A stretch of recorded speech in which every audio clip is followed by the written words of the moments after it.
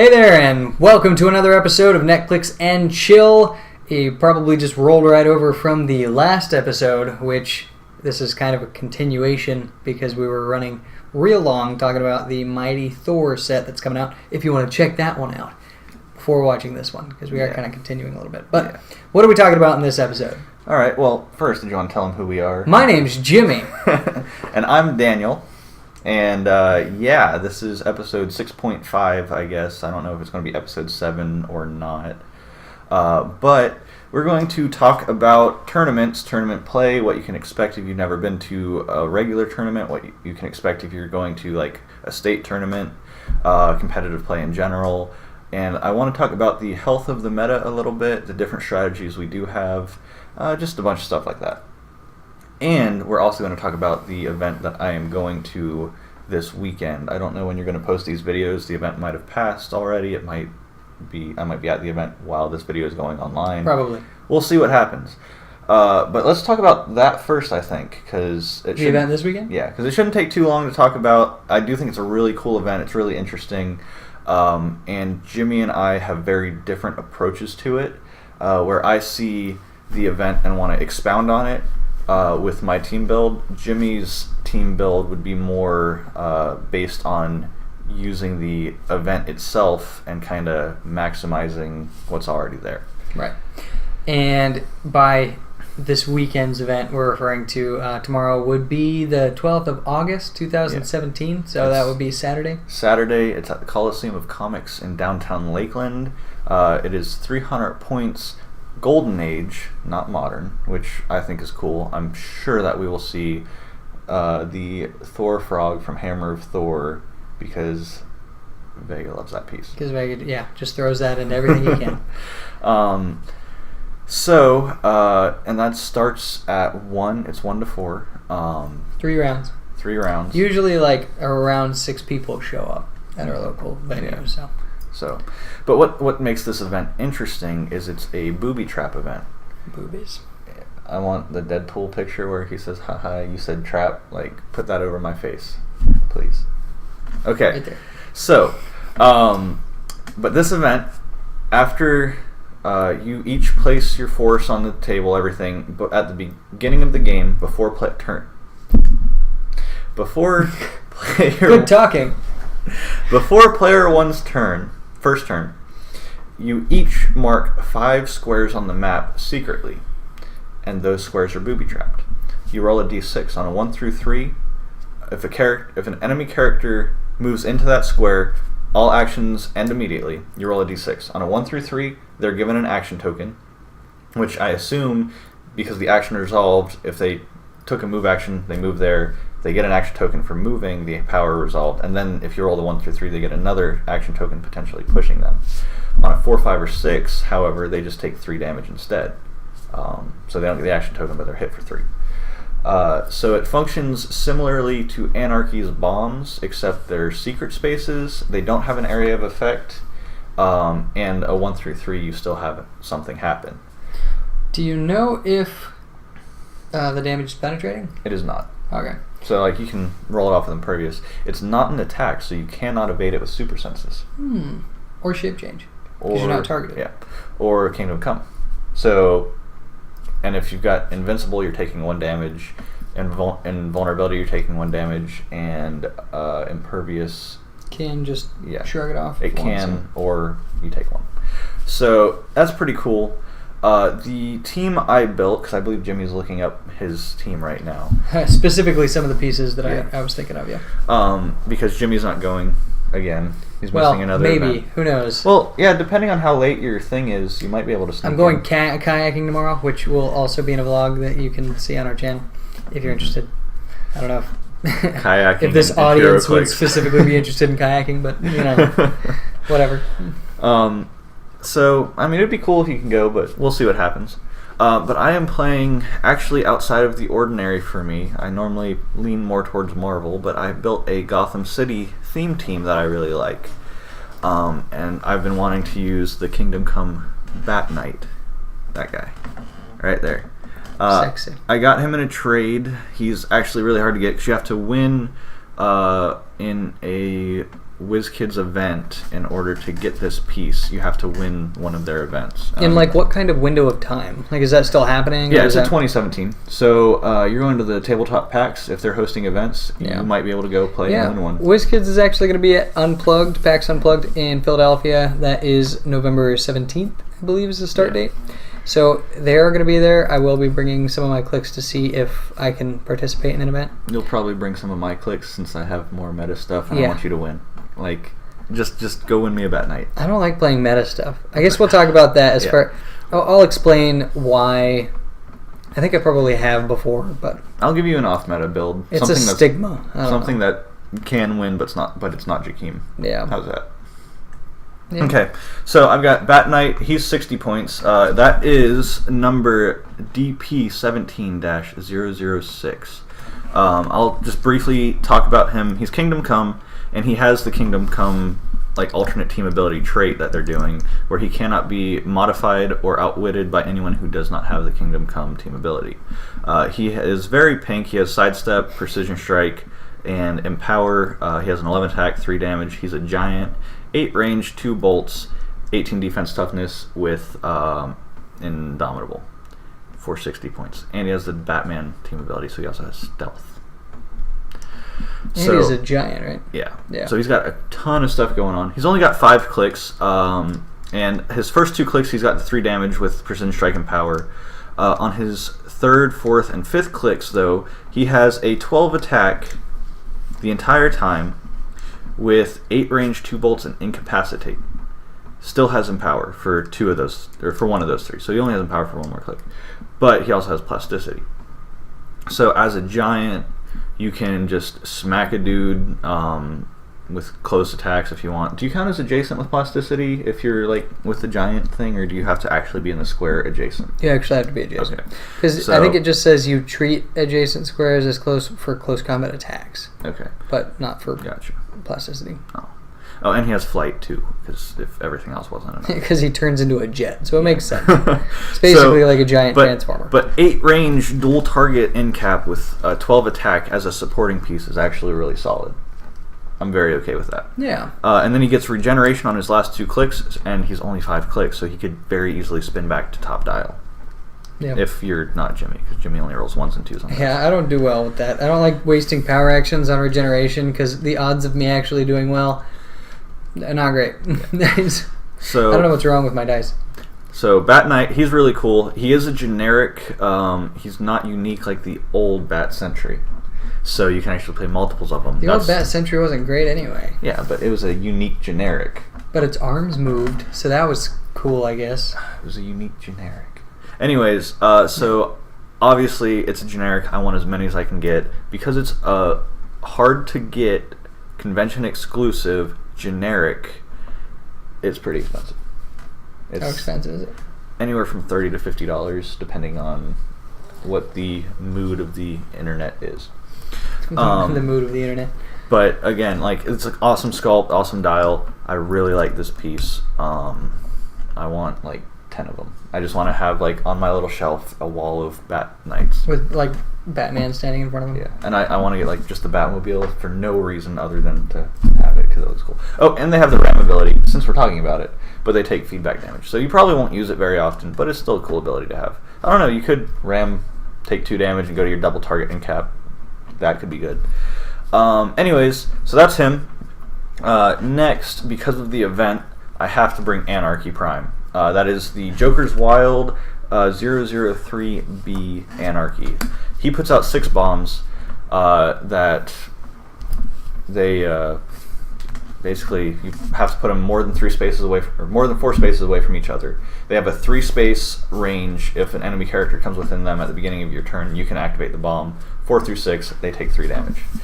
So my idea is I'm going to mark my 5 spots in a line straight down the middle of the map. I'm going to put bombs on either side with a clear line of travel. My opponents have an open lane that they have to take so they don't hit Anarchy's bombs, and they're going to hit the booby traps the whole way. Yeah. So... do they have to stop in the booby trap yes. spaces to die if they get hurt? No, if they hit the booby trap, they stop. The actions end. If you're hypersonic and you want to shoot me and you move up in range and you land in a booby trap, you don't get to make the attack. Action's over. Okay. Done. So they're great. And so people are going to be afraid of that. They're going to try to move towards Anarchy's bombs. And if you've ever played against Anarchy, you know those bombs, they're just threatening enough to where you really don't want to do that. What I would do is try to figure out and giving up my strategy might be kind of lame, but I might not even go. Well, I just gave you my strategy, so yeah, now you know. True, my counter strategy, give up the one advantage I have. If you, since it's, okay, so the Anarchy bombs you actually have to end within 3 spaces because you can only activate them during your turn. Right. So what I would do is move my character within the spaces of the bomb and then finish them in the middle, if that makes sense. Because then I have a much less chance. Like if I just run straight down the center, of course I'm going to hit those booby jab traps. And then that almost came out weird, booby japs. So if I go down the if you run, if I go through the bombs and then I just jump right over into the center at the end, the odds of me actually hitting one of those spaces is not very good. Especially if I find out what is most equidistant. Unless you do it super random.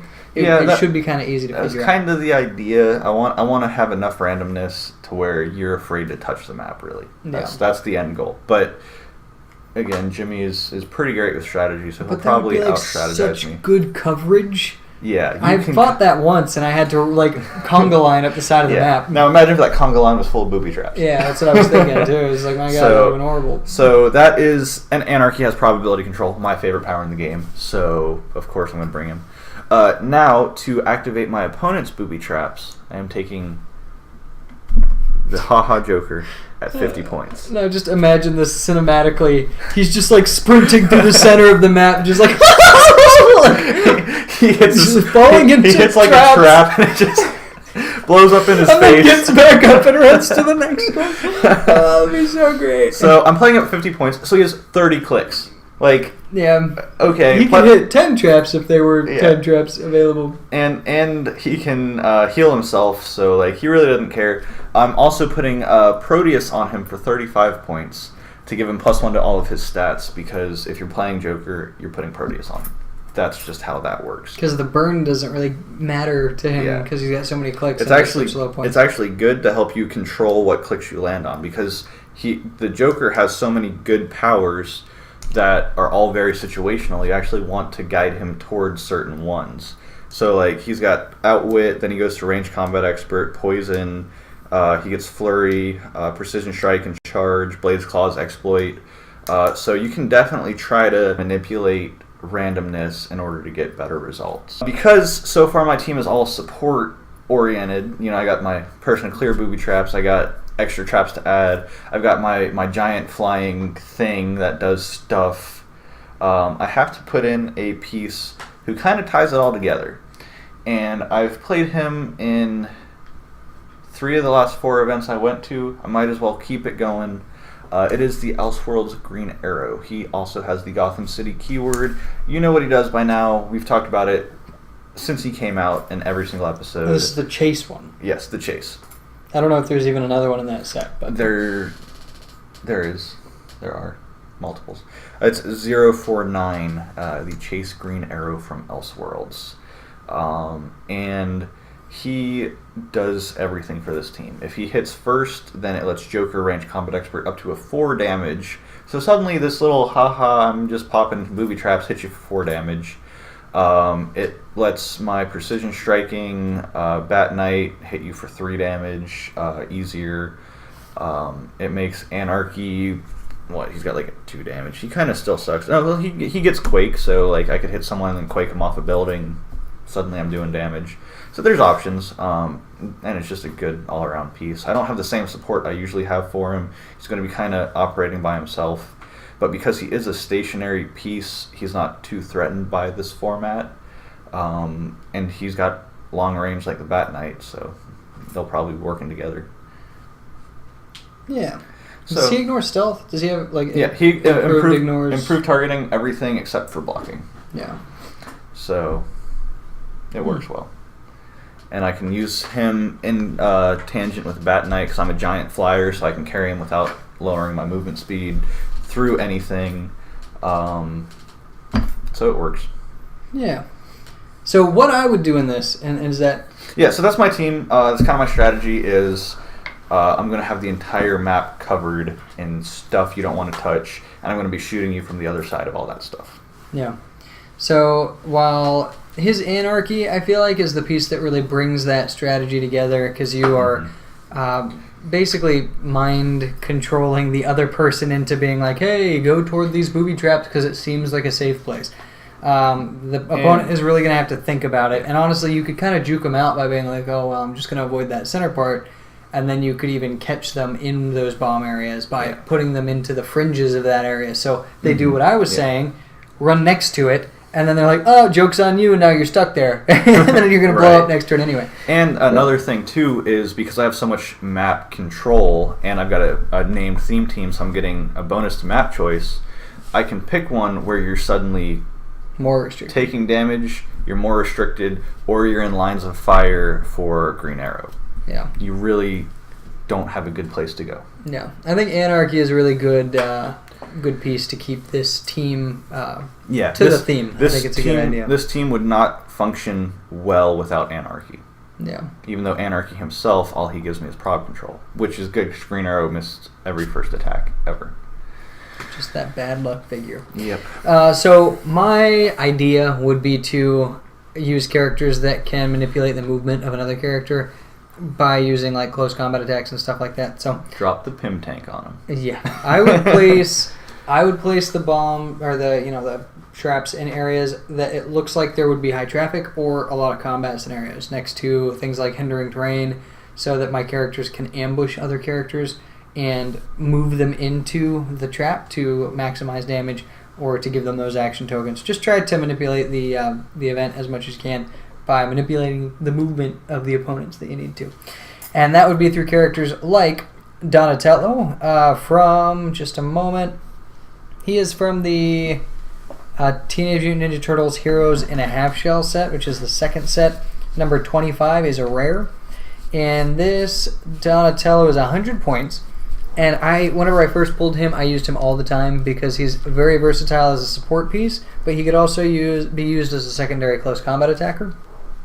But he has stealth and toughness as a trait, so he can avoid long-ranged characters.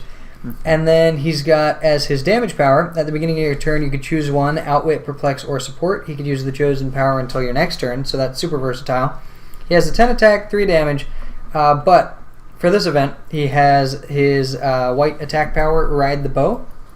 When he hits an opposing character after actions resolve, you may place that character within Donatello's range and line of fire. So with a 3 range, he can hit somebody within 3 and then move them to anywhere within 3 of himself. This becomes more ridiculous when you equip him with a light, an ultra-light object. Nobody ever uses those things. But if he were to pick one up, which you can, and then he throws it at someone, you have an 8 range, and it only does 1 damage, but you don't even have to have that damage go through. You pick that character up because you hit them with an attack made by Donatello, and then you can place them within any space within 3 spaces of Donatello. So you just grabbed them from 8 spaces away, and now you can put them in this little bubble around you, and you could place them either in one of those booby traps or just in range to be attacked by another harder hitting character, such as Black Bat. So Black Bat is just a second, let me verify what set she's from. She's from the Batman set. She is also 100 points, and I used to use her all the time as well. She's got the Batman ally team ability. Oh, I remember that piece. She is so good. So she has improved movement, ignores elevated terrain, ignores hindering terrain and characters. She has a trait that says immediately after the resolution of an attack when an opposing character takes damage from an attack by Black Bat, she can use Smoke Cloud as a free action. She has charge with an 8 movement, an 11 attack, a 17 defense with close combat reflexes, and a 3 damage, and she has Indomitable. Her attack power is also 1 against the Triads. She can use Quake. When she does and rolls doubles, hit characters are given an action token as well. So, what this character is like... Man, I'm like choking on something. This character is like super mobile, and she is a pretty good attacker, but how I would use her in this event is equip her with the feats Vault and Maneuver. Those end up being, I think, 11 points total or 10 points total. I'm not sure. Because one's like 3 points and one's 8 points, I think. Or 10 points, so it might be 13 total. Either way, she ends up having the ability to, after any attack, she can move the other character, and then she can move herself adjacent to the other character, or vice versa. So if she runs up, she charges, hits a character, and then she puts herself adjacent, and then she throws them over them to be able to displace their movement even more, or displace their location. Does that work even with more. Quake too? Yes. So you Quake, knock them back 2, then you jump past them, and then you grab them and throw them again. Right. Because then you can move adjacent to them. And you can do that, you can choose which character you want to do that. If you hit multiple, throw them all back, jump behind one, and then grab them and throw them again. So she's super good at like moving characters around, and then after all that is done, action resolved, she can smoke cloud, so she can't be hit by a... range attack. Right. Except from Green Arrow. Right, so, those powers are good. But other characters that I would use in that scenario, just to fill in the gaps, I would probably just use somebody who is good at range combat attacks, because these are both close, and you need somebody to cover for people like that who... You basically need somebody with a lot of movement or range who would be able to pick out the people who aren't getting close to these two characters, because you don't want to reveal yourself. You want to try to stick to stealth. Yeah, so the goal with that team is you want them to have to come to you because you got the stealth. You do have some ways to reach out and hit them, like the Donatello Ultralight that no one will be ready for, except for me because I just heard it. Yeah. But you also know my idea, so... Very true. So yeah, it's kind of the exact opposite of mine, where I want you to crawl through the minefield to get to me, where Jimmy's like, we're meeting in the middle, come get some. Yeah, and it's all about just trying to manipulate the movements of other characters. I really hate 300-point games, because even in this situation I feel really restricted. Playing two characters that are 100 points each, plus feats, the third character has to be less than 100 points, and then I'm only running 3. Yeah. So my normal strategy is to use several characters under 100 points and try to hoard, and my favorite point bracket is 400 to 600, because I feel like at that point you have a lot of options for versatility. You can have a strong secondary attacker, so an Alpha Strike won't just destroy you. 300 points, I think an Alpha Strike really just kills you. If somebody takes out a character, a single one of your characters without a response, the odds of coming back are not very good. Yeah. I feel like my team's actually more like your standard. Yeah. Still, though, once Proteus is attached, you still only have 4 characters. Right. But 4 characters at 300 that have supporting powers, mobility, and they kind of work together well. I really think that Anarchy is going to pull out a lot of stuff. I think that Anarchy, if I win tomorrow, it's going to be because of him. And even if those bombs are duds, so 50% chance it literally does nothing, it puts enough fear in your opponent that you start to control their movement, and then that really and if it restricts their options. If you control their movement, when you have Green Arrow, you already win. Because Green Arrow, he's kind of slow, he's got big range, but he's limited on how often he can attack. He takes a lot to get the most out of him. Anarchy lets that happen. Yeah. So that is the upcoming event. Do you want to say anything else before we move on, or are you good? Not about the event. The other thing is, were we going to move into the map choices now? Or? Yeah, I was going to say map, because we can use the map to talk about the events a little bit, and then we can use map choice to kind of transition into meta. Yeah, true. So so one thing that we wanted to talk about is whenever we're able to choose maps at like a local or competitive event, what we usually lean towards as far as like what kind of motivates our choice as far as how our team would function with the map, or how we want to control the other person's team using our map. Yeah, I'd say map choice is one of the least appreciated and most underrated parts of playing Heroclix. It can win and lose you games very, very easily. And it's the great part of having even a a generic theme team, because you are able to do so much. There's one person, Vega, from our local venue who he's been using map choice to just destroy everybody with a water-based animal theme team using the Hammer Thor Thorfrog, yeah. with armor piercing. So he has the ripple effect, and he literally just, if you have somebody within 6 spaces of him, they're taking damage because he gets to choose a water map every time because he's got an animal theme team with 7 people on it. 9 people on it. So he gets +9 to the map roll. You have to roll double 6s, and he has to roll double 1s. That's the only time you get a win map choice. He's winning. He's winning that. And I had a theme team with 7 people on it, and then he, of course, won anyway. But yeah. And then he just... I gave him a run for his money, though. I think that I would have beat him if I didn't have some poor luck, but he also had some poor luck, so who knows. I think that you just need to play a team where you're trying. Yeah, and then it'll happen. So yeah, map choice is huge. My personal favorite map is the Friendly Neighborhood map from Superior Foes, because it has a clear movement lane to where you're bottlenecking your opponent. They have 3 options of movement, and that's it, unless they can ignore elevated terrain. I tend to use Nick Fury call-in or Green Arrow call-in, or someone. I usually have a way of ignoring elevated terrain for line of fire or for movement or both. So when I have a map that has 4 buildings, so we have a lot of elevated terrain, there's some blocking terrain, some hindering terrain, my team is built with all of that in mind, so you can't hide. But if I'm in the middle of a rooftop, you have to be on the rooftop to be able to draw a line of fire to me. And if you're not, I can still see you, but you can't see me. And when you do get up on the rooftop, then I have my entire team can do whatever they want because I'm forcing where you play this game. So for me, that is one of the most common maps I use. And the other side of it is an indoor map with a lot of blocking terrain.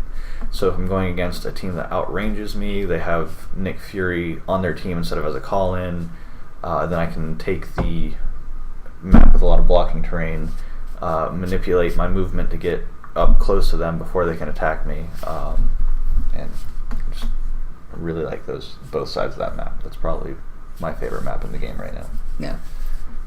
I generally like maps that put both players on a pretty even playing field.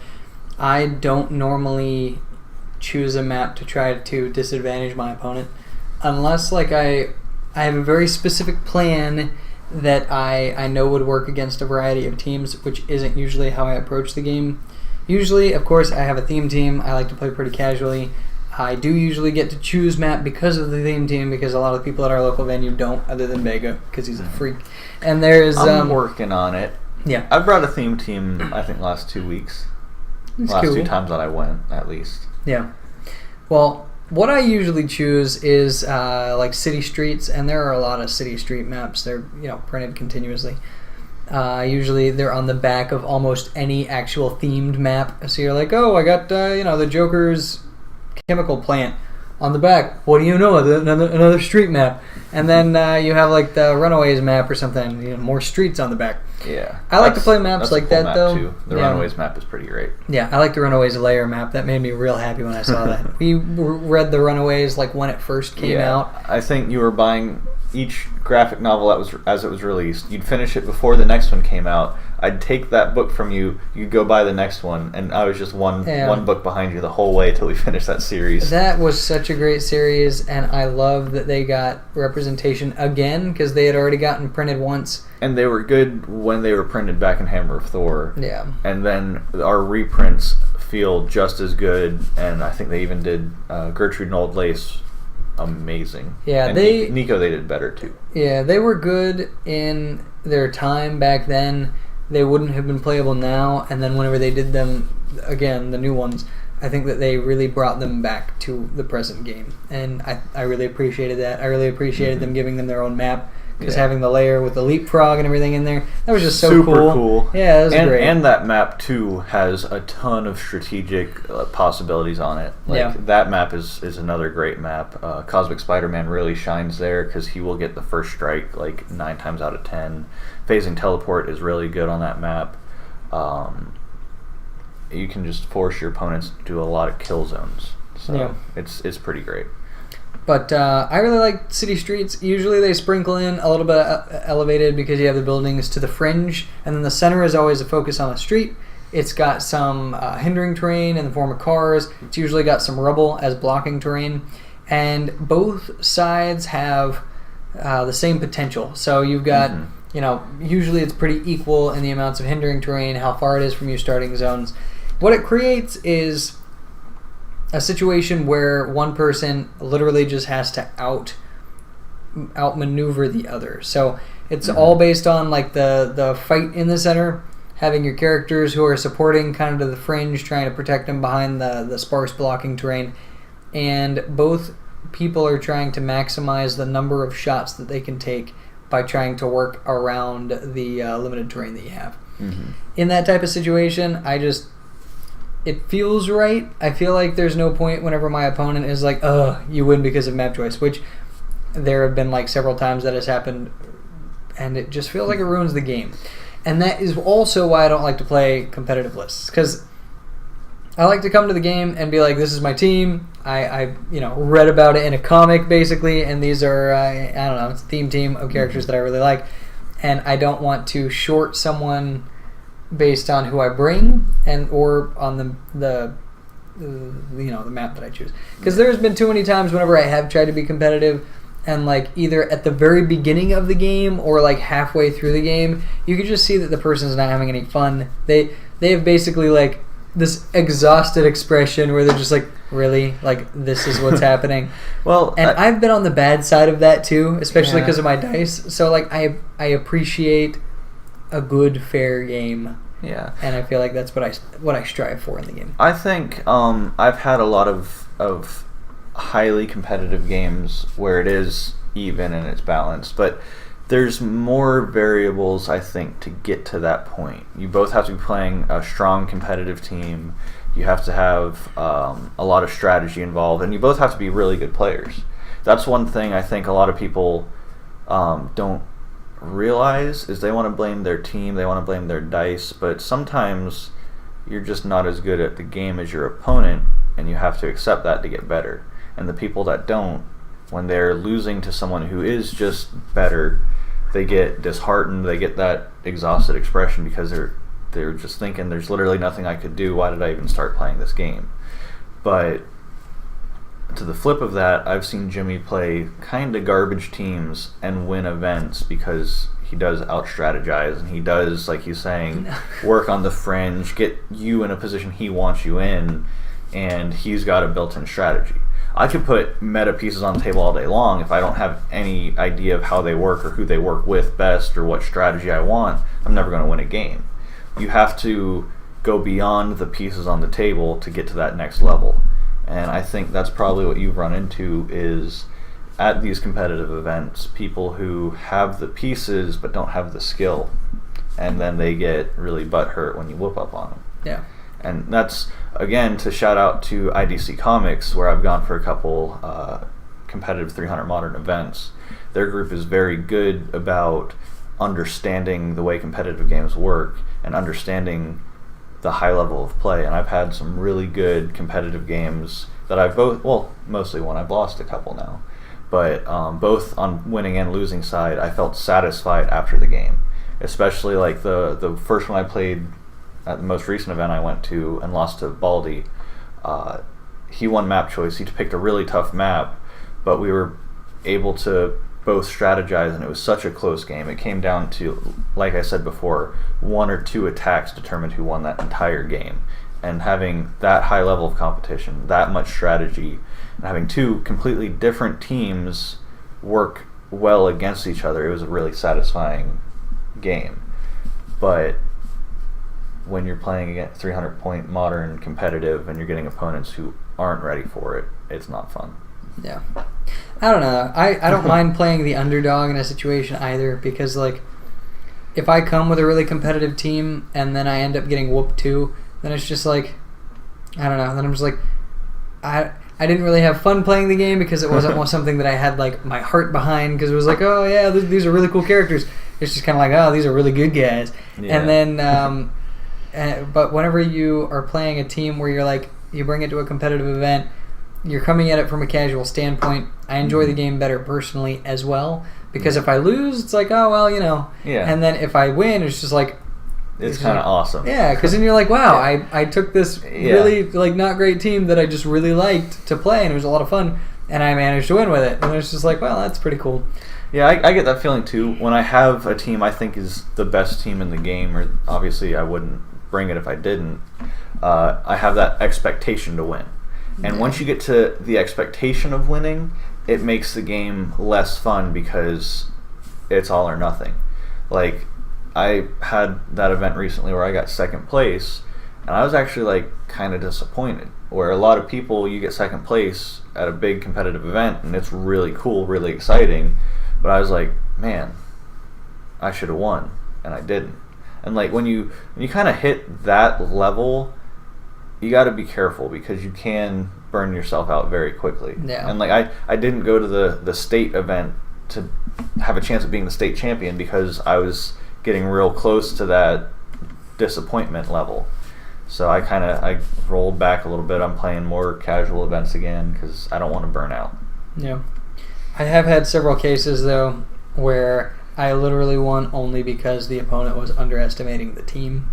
So, like, I had situations where it was like I was getting whooped, and it was like last few turns, and people just do things they really shouldn't because they already think they have the game in the bag. And then you're like, oh, well, I just finished off your, 175-point character, and that puts me ahead by about 20 points. Yep. It's like, you hear that? The judge just said last action. So good game. Yeah, good on you. Like, I've had that happen several times, and it's just like, oh well, I really shouldn't have won that game. One of my favorite stories was back when the first Cosmic Spider-Man came out, and you had the Boom Tube Big Barda. Yeah. And the dude Jimmy was playing against. Oh no, it wasn't Big. It was. I thought it was Big Barda. Are you talking about? Okay. Are you talking about Chad? Yeah, when he castled up in the double barrier. So this is what happened. For anybody who was around at that time, you would know that there was the Cosmic Spider-Man who could see through anything and just shoot things. And he didn't destroy the blocking terrain like the new Spider-Man did. And then they did that on purpose because of what Jimmy's about to tell you. Yeah, so you had a competitive list that was banned in tournament play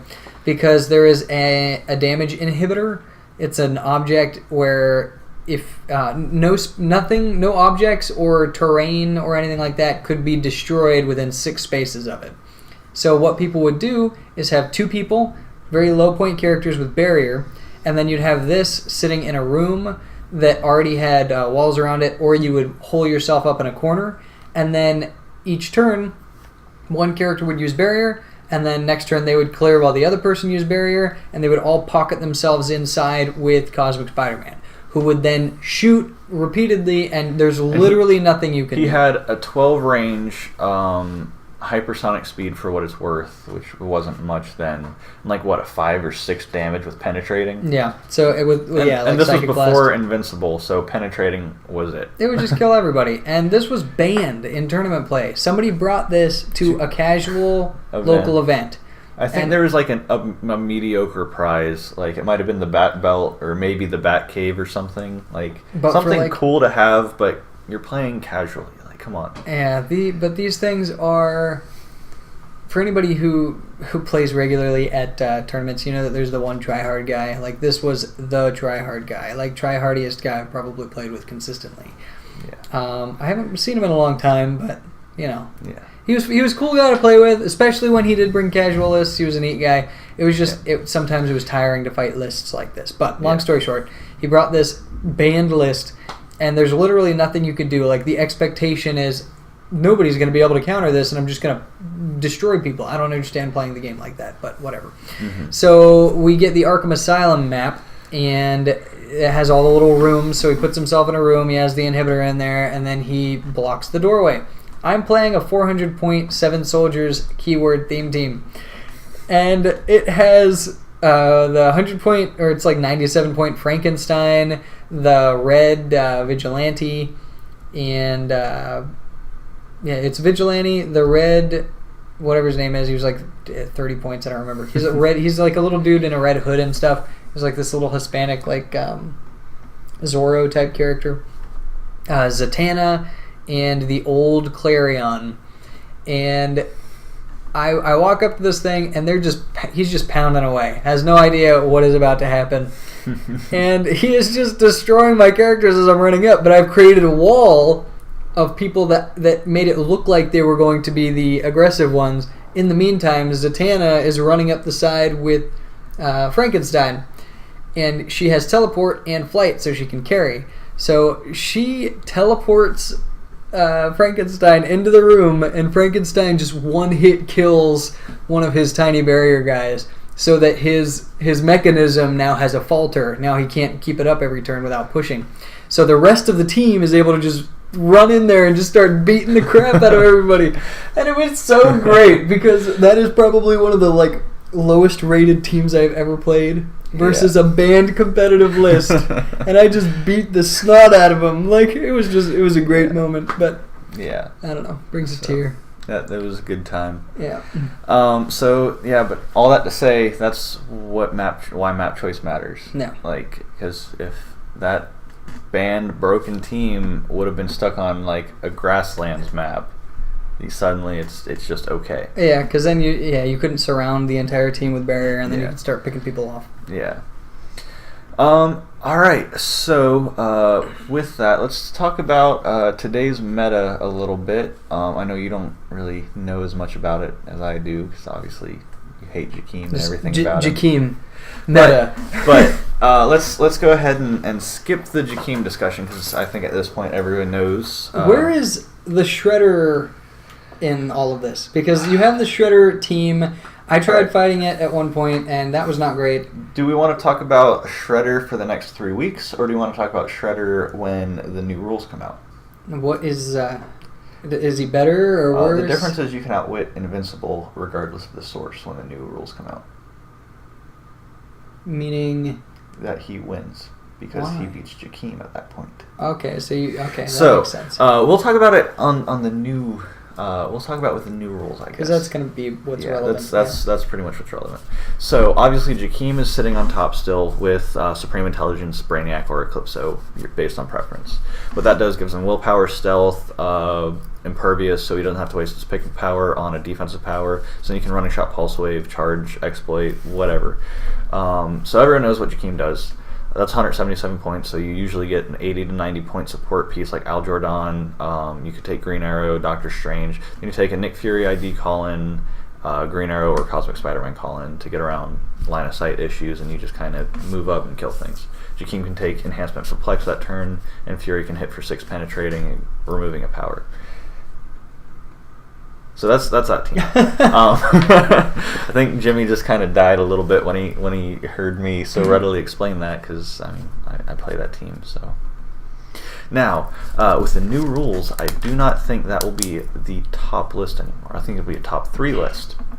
However, I think Doc Ock, the 80-point limited edition piece, I think he will be on multiple tournament winning teams.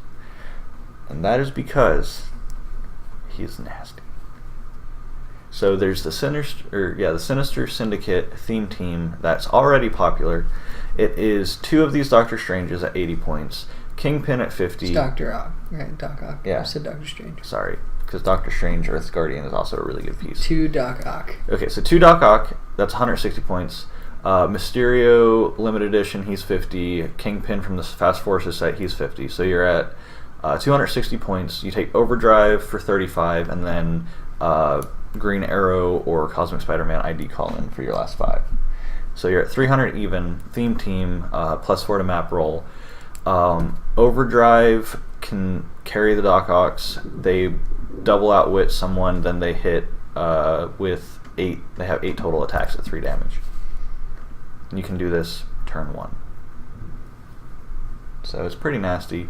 They have giant reach, so that it ends up being, I think, a 14 or 15 space threat range to have 24 damage potential, outwitting any 2 powers. So obviously shape change. You don't care about super senses because you have so many attacks that they're not going to make enough super senses for it to matter.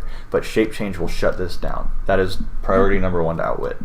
Number 2 is their damage reducer. Invincible and Impervious are really bad for you. Invulnerability is annoying. You're only doing 1 damage at a time. If they're invulnerable and a Mystic, you're kind of screwed. But that's kind of how that team works. Kingpin gives an 11 attack to everyone. Mysterio puts out 2 tokens with Incapacitate that also get a share of the 11 attack because they also have the Sinister Syndicate team ability.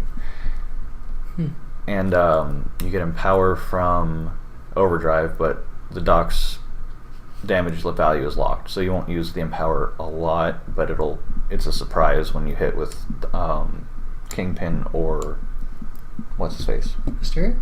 Yeah. So there's that.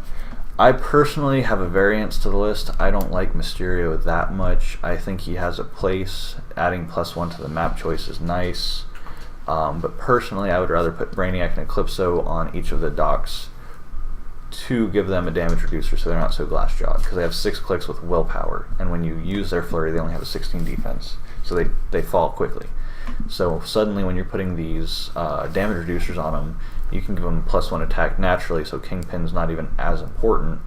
And you can take Shape Change if you want it instead, if you're fighting someone with flurry and low damage. It gives you just more options. Precision Strike if you're fighting against Kingdom Come Piece, stuff like that. So that is, I would argue, a variance of what will be a top list, because Jakeem at best will probably be taking Shape Change and either Invincible or Impervious. You outwit both of those, suddenly one-shotting Jakeem's not that hard.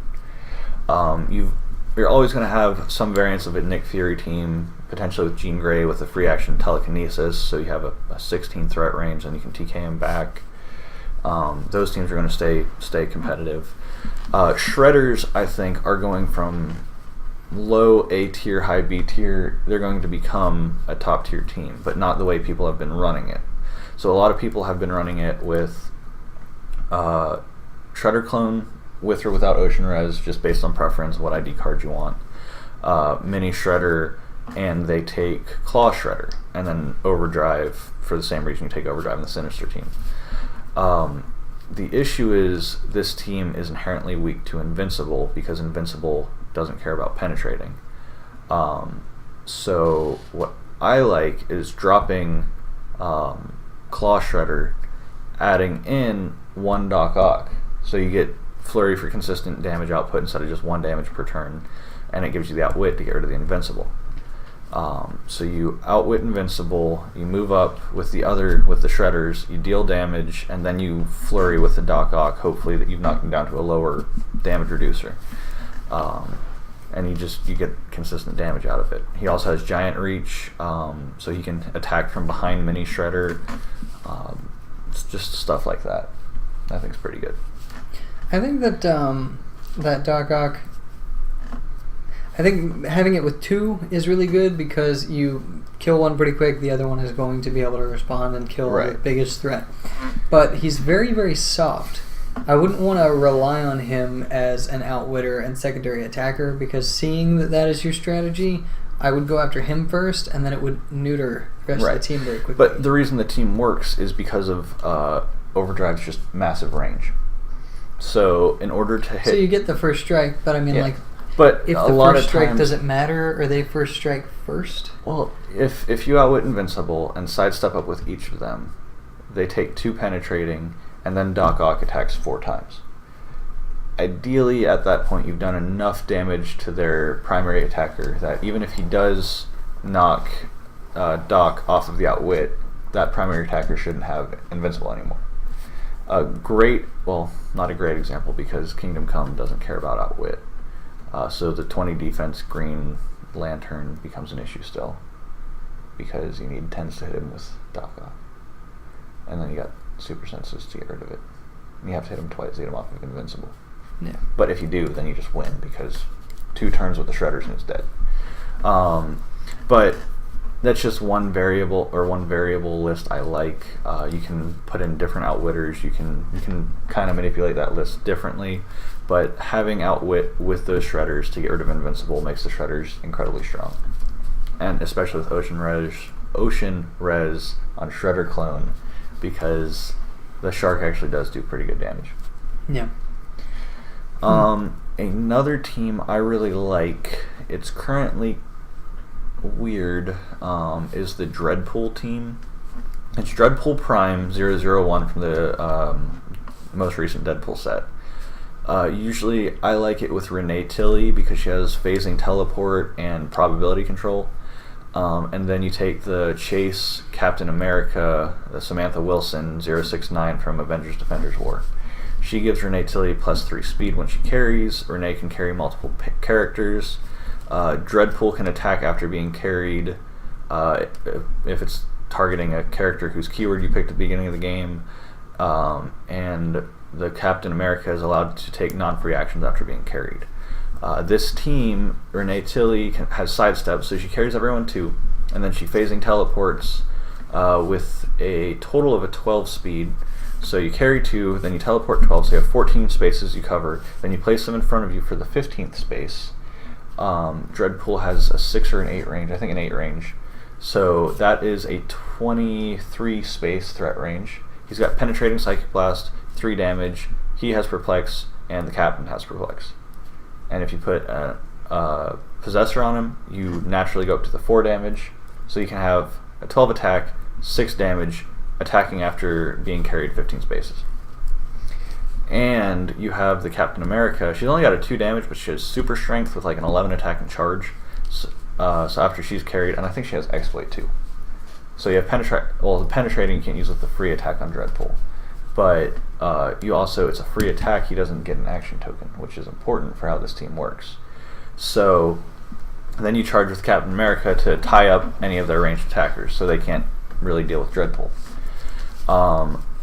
So then on the second turn, now you're so close to you're so in their face, you've got them tied up, they can't do a whole lot. Dreadpool can call in Nick Fury. You can double perplex Nick Fury plus target their highest point character. Fury's got a 6 damage.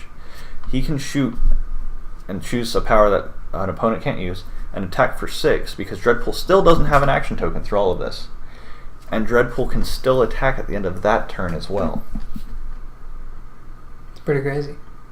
And the Captain America just keeps doing her thing, and Renee and Nick Fury both have probability control. Yeah.